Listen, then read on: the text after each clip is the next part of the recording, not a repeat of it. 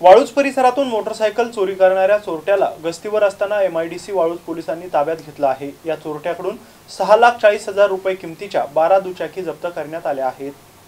MIDC Waluj police ठाण्याचे कर्मचारी रात्र गस्त करत असताना त्यांना एका युवकावर संशय आला। त्यांनी त्याला ताब्यात घेतला असता आणि जवळ असलेल्या मोटरसायकलचे कागदपत्र याबाबत विचारणा केली असता कागदपत्र नसल्याचे त्याने सांगितले। त्यावरून सहाय्यक पोलीस निरीक्षक मनोज शिंदे आणि पोलीस उपनिरीक्षक प्रवीण पाथरकर यांनी विश्वासात घेऊन अधिक विचारपूस केली असता त्याने वाळूज औद्योगिक क्षेत्रातील कंपनीत कामाला जाण्याचा बहाणा करून मोटरसायकलची रेखी करून त्यानंतर त्या मोटरसायकल चोरी केल्याचं त्यांनी कबुली दिली आहे। यानंतर जळगाव आणि पुणे येथून त्याच्या नातेवाईकांकडून 12 मोटरसायकल जप्त करण्यात आल्या आहे। या प्रकरणी आरोपी आनंदा शांताराम कोळी आणि गौरव सतीश सपकाळे यांना अटक करण्यात आली असून त्यांच्याकडून मुद्देमाल जप्त करण्यात आला आहे। अशोक साठे, MC न्यूज, वाळूज, छत्रपती संभाजीनगर।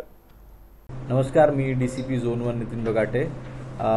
साधारणतः 13/6/2024 रोजी आमच्या डिटेक्शन ब्रांचचे पथक आमचे PI श्री शिंदे यांच्या मार्गदर्शनाखाली MIDC वाळूज परिसरात पेट्रोलिंग करत असताना त्यांना एक इसम होंडा CBR ही गाडी घेऊन फिरत असताना आढळला। त्याच्याकडे विचारपूस करत असता त्याच्यावर संशय त्यांचा बळावला आणि त्याला पोलीस स्टेशनला आणून अजून विचारपूस करून केली असता आमचे PI शिंदे आणि श्री पाथरकर PSI यांनी विचारपूस केली असता त्यांनी ही गाडी चोरून आणलेली आहे असं त्यांना माहिती मिळाली।